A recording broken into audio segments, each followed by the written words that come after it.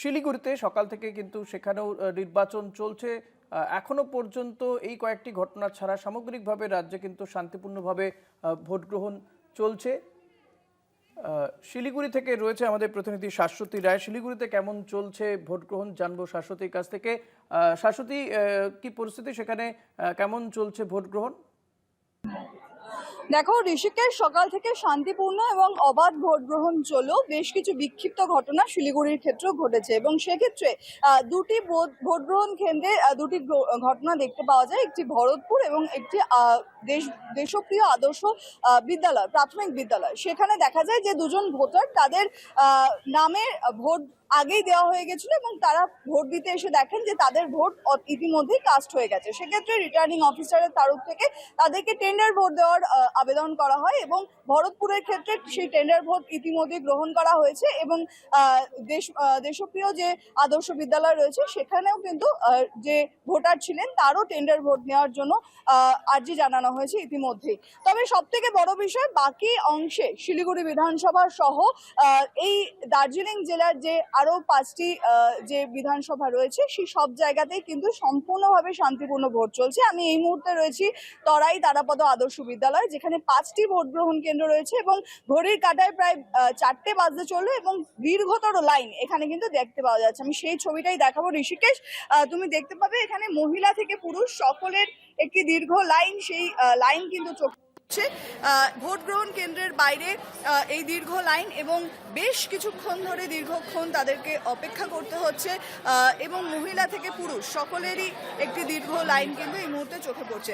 কার্যত বলা যায় যে এবার মানুষের অবাধ ভোট দানের যে ইচ্ছা, সেই ইচ্ছা থেকেই কিন্তু এই স্বতঃস্ফূর্ত সাড়া মিলেছে। কারণ এসআইআর প্রক্রিয়ার পর এই ভোট প্রক্রিয়া যথেষ্ট গুরুত্বপূর্ণ একটি অধ্যায় বলা চলে এবং সেখান থেকে যারা নতুন ভোটার রয়েছে তারাও যেরকম আছে, যারা দীর্ঘদিনের ভোটার তারাও কিন্তু নিজেদের ভোটাধিকার প্রয়োগ করতে উপস্থিত হচ্ছেন। আমি একটু কথা বলে নেওয়ার চেষ্টা করব। ম্যাডাম, কতক্ষণ থেকে দাঁড়িয়ে রয়েছেন? 15-20 মিনিট হয়ে যাবে। একেবারে বলা যায় যে এসআইআর এর পর এই ভোটটা একেবারে আলাদা। কেমন লাগছে? এই ভোটটা আলাদা কেমন লাগছে? ভোটই আবার কেমন লাগছে? ভালো লাগছে। এসআইআর এর নাম ওঠা নিয়ে টেনশন ছিল না? না, কোনো টেনশন নেই। কেন উঠবে না? 100 বার উঠবে না, কোনো টেনশন নেই। একেবারে যেরকম নতুন ভোটাররাও এখানে আছেন, তার সঙ্গে সঙ্গে তোমাকে বললাম যে পুরনো ভোটাররাও রয়েছে। এটা কি ফার্স্ট টাইম ভোট? না, আগেও দিয়েছি। কখন আসা হয়েছে? এখনই আসলাম। এত বেলা করে? শুনেছি এখানে প্রচুর লাইন, লম্বা লাইন, তাই জন্য একটু দেরি করেই আসা। মহিলাদের একটি স্বতঃস্ফূর্ত সারা আমি এখানে দেখতে পাচ্ছি। তুমি ঋষিকেশ, তুমি দেখতে পাবে একটি দীর্ঘ লাইন এখানে রয়েছে। আমি একটু কথা বলার চেষ্টা করবো। এটা কি প্রথমবার?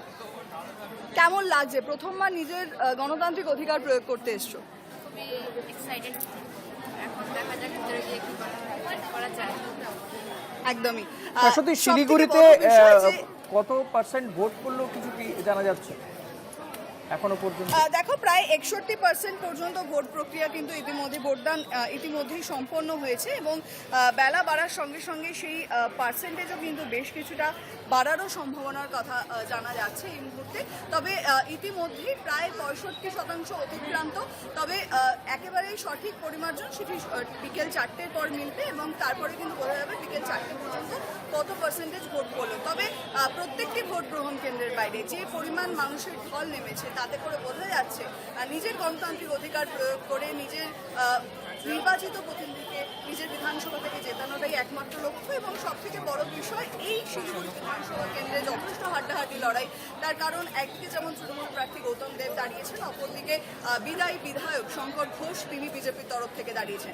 এবং সব থেকে বড় বিষয়, এই কেন্দ্রের ক্ষেত্রে এবছরের সব থেকে অত্যন্ত গুরুত্বপূর্ণ যে প্রার্থী রয়েছেন তিনি শরদিন্দু চক্রবর্তী, সিপিআইএম এর তরফ থেকে, যিনি দীর্ঘদিনের কাউন্সিলর এই শিলিগুড়ি পৌরসভার এবং সেখান থেকে এবার একদমই দেখা যাক শাশ্বতী, নিঃসন্দেহে শিলিগুড়ির মানুষের রায় কোন দিকে যায় সেদিকে আমাদের নজর থাকবে। আপাতত অনেক ধন্যবাদ তোমাকে। কথা বলছিলাম আমাদের প্রতিনিধি শাশ্বতী রায়ের সঙ্গে। শাশ্বতী ছিলেন আমাদের সঙ্গে শিলিগুড়ি থেকে। সেখানে একটি বুথে আপনারা দেখতে পাচ্ছেন লম্বা লাইন, বহু মানুষ, মহিলা পুরুষ নির্বিশেষে তারা কিন্তু লাইনে দাঁড়িয়ে রয়েছেন ধৈর্য সহকারে এবং শান্তিপূর্ণভাবেই চলছে ভোট গ্রহণ।